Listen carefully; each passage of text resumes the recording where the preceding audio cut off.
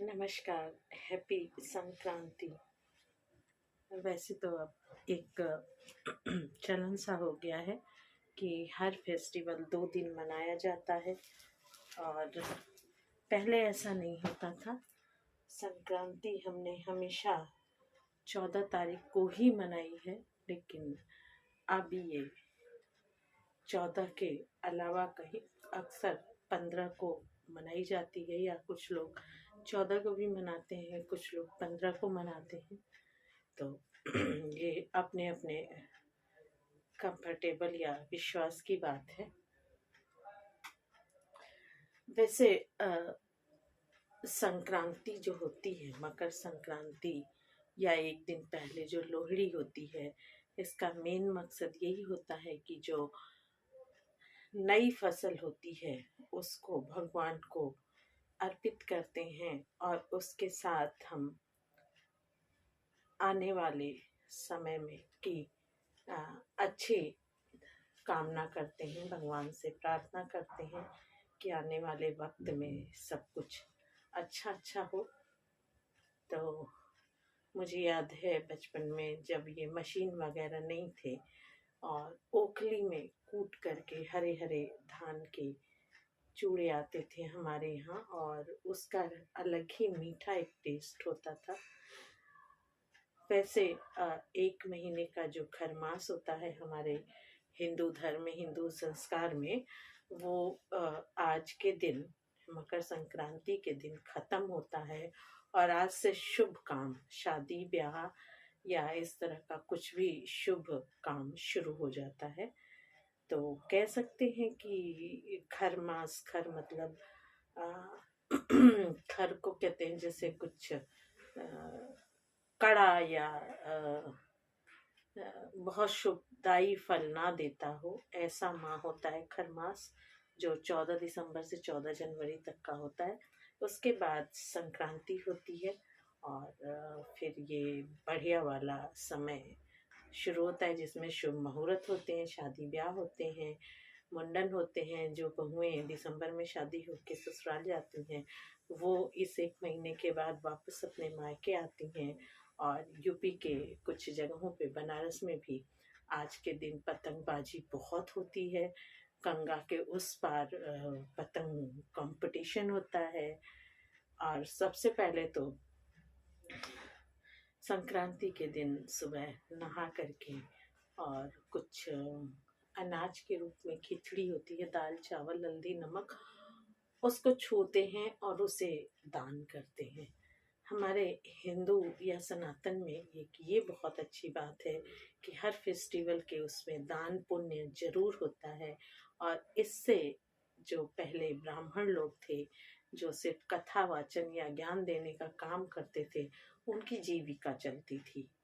यहाँ पे कोई भिक्षा जैसी बात नहीं है। लोग अपने स्वेच्छा से ये दान पुण्य करते थे, चाहे वो पूर्णमासी हो, कोई स्नान दान एकादशी हो, या कुछ ऐसे जो भी कुछ फेस्टिवल्स होते थे जिसमें दान करना मस्ट होता था।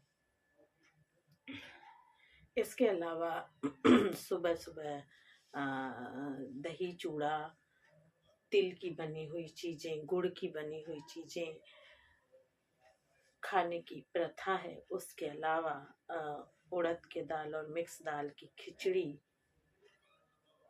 दही के साथ, ये भी खाने की प्रथा है, एक नियम है। क्योंकि एक तरह से संक्रांति के बाद सर्दियाँ कम होती हैं, और सर्दियों भर कोई दही नहीं खाता, क्योंकि दही की ठंडी तासीर होती है।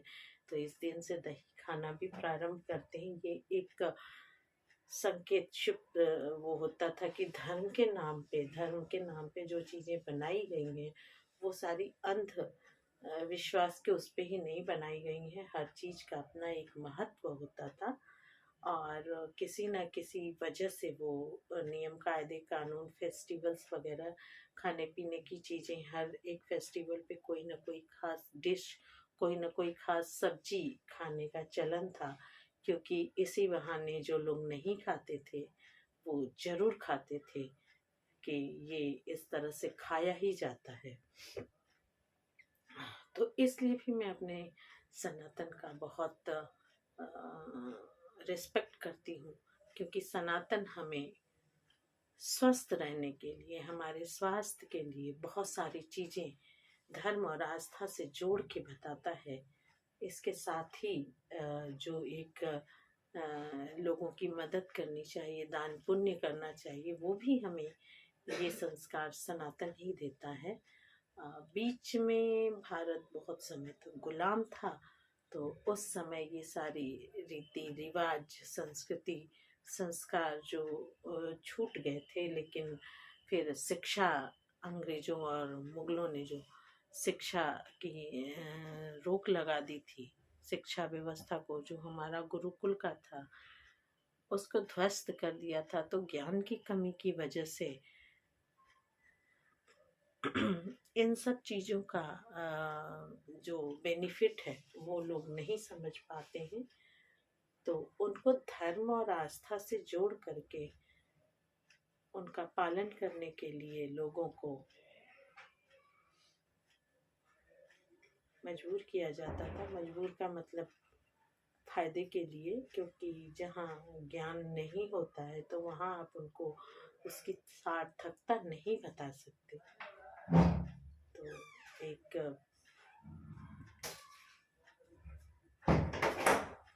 ये मूलभूत कुछ बातें हैं जिनसे हमें फायदा ही फायदा है, वो चाहे जिस रूप में भी हो। देखिए, सर्दियों में गुड़ खाना चाहिए, तिल खाना चाहिए, इन सब चीज़ों से सेहत में बढ़ोतरी होती है। और जो सर्दियों का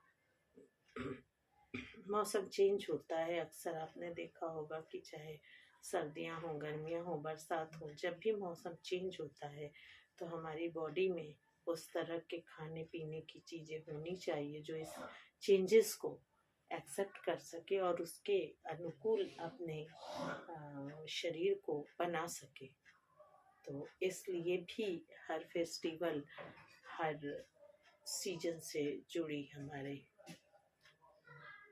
खाने पीने की हैबिट्स को पहले से तय किया जाता था। बाजरे की रोटी, आपको भी पता है शायद या ना हो, कि बाजरा जो है वो गर्म तासीर का होता है। तो सर्दियों में अक्सर बाजरे की रोटी, देशी घी और नया गुड़, देशी घी भी बॉडी टेम्परेचर को मेंटेन रखता है और गर्मी प्रदान करता है, सर्दी से बचने में मददगार होता है।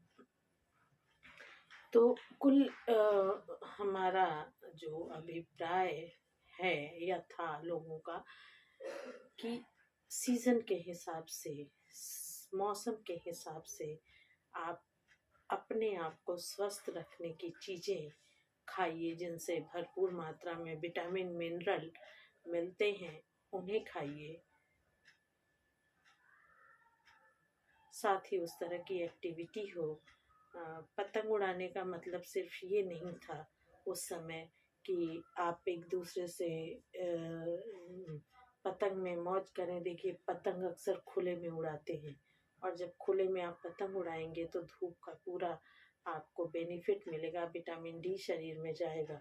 लेकिन इस चीज़ को बहुत से लोग नहीं समझते, और आज जो है वो पतंग की भी संस्कृति कहीं खोती जा रही है। खैर, समय के साथ बहुत सारे बदलाव होते हैं, होते रहेंगे। हम धीरे धीरे पुराने कल्चर को नए कल्चर में तब्दील करते रहेंगे, क्योंकि समय बदलने के साथ बहुत सारे अपडेट्स होते हैं। हालांकि प्रॉपर तरीके से जो हमारी फूड हैबिट है वो आगे नहीं बढ़ रही है, और इसीलिए इतनी सारी बीमारियां, अभी हमने कोरोना का दम्भ झेला, वो अभी भी बाकी देश में उसी तरीके से है। और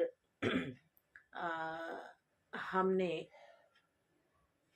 कभी भी इतिहास में कोरोना जैसी बीमारी सुनी नहीं थी। लेकिन जब आप फूड हैबिट की वजह से आपका बॉडी की स्ट्रांगनेस ख़त्म होती है, आपका इम्यून सिस्टम भी वीक होता है और उसका असर तो पड़ता ही है। अब इस बार की सर्दियों में देखिए बहुत सारे केसेस हुए हैं कोल्ड स्ट्रोक के। बिना लोग चलते फिरते डांस करते मिलते मिलाते हार्ट अटैक का शिकार हो गए। तो जाहिर सी बात है कि इसमें लाइफ स्टाइल और फूड हैबिट बहुत जिम्मेदार है। ये बात अलग है कि हम उन बातों पे ध्यान नहीं देते और हमें लगता है कि ये क्या बात हुई, खाने पीने से क्या होता है, लेकिन बहुत कुछ होता है। आपको याद होगा पहले तिल की पूड़ियाँ बनती थी, तीसी तीसी जो आज एक कोलेस्ट्रॉल के उसको लेवल को मेंटेन करने के लिए देखिए मार्केट में भुना हुआ मिलता है। फ्लैक्सीड जो होता है वही होता था पहले गांव में। हमें याद है हम नानी दादी के यहाँ जाते थे तो उसी के तेल में खाना बनता था। उसमें एक उस तेल में थोड़ी सी महक होती है, तो जब मेहमान आते थे तो सरसों के तेल में बनता था। लेकिन फ्लैक्सीड ऑयल आप सब भी जानते हैं कि कितना बढ़िया है अच्छे कोलेस्ट्रॉल के लिए, कोलेस्ट्रॉल लेवल को मेंटेन करने के लिए। तो चीज़ें आज हम वही खा रहे हैं पी रहे हैं, लेकिन उसके दुगुने चौगुने दाम देकर और थोड़े बहुत खा रहे हैं। तो आज मकर संक्रांति पे मुझे क्या, हमारे यंग 40+ का यही संदेश मुझे आपको देना था कि जो भी हैं हमारे फेस्टिवल्स और उन फेस्टिवल से जुड़े जो भी खाने पीने की चीज़ें हैं उन्हें ज़रूर खाएं। ये आपकी बॉडी को ही मेंटेन रखेगा, आपको हेल्दी रखेगा, आपके माइंड को कूल रखेगा और आपके इम्यून सिस्टम को स्ट्रॉन्ग करेगा, आपसे रोग प्रतिरोधक क्षमता भी बढ़ाएगा। तो आज के लिए इतना ही। खैर मास खत्म हो चुका है, फिर शादियों का सीज़न आ गया है। आप में से कितने लोग तैयारी कर भी चुके होंगे, 2-4 दिन में आपको शादियां भी अटेंड करनी होंगी। तो अच्छे से आप अपनी शादियों को एंजॉय कीजिए। और संक्रांति का फेस्टिवल तो ख़त्म हो गया, बाकी कहते हैं संक्रांति के बाद जो सर्दियां होती हैं वो धीरे धीरे कम होने लगती हैं। लेकिन इस बार का जो वेदर का प्रेडिक्शन है वो ये कहता है कि 14 तारीख के बाद सर्दियां बहुत ज़्यादा बढ़ेंगी। कोई बात नहीं, जो भी सामने आता है हम सक्षम हैं उससे लड़ने के लिए, उसको झेलने के लिए और उसको गले लगाने के लिए। तो यंग 40 का यही संदेश है। हैप्पी मकर संक्रांति। आपको बहुत बहुत शुभकामनाएं।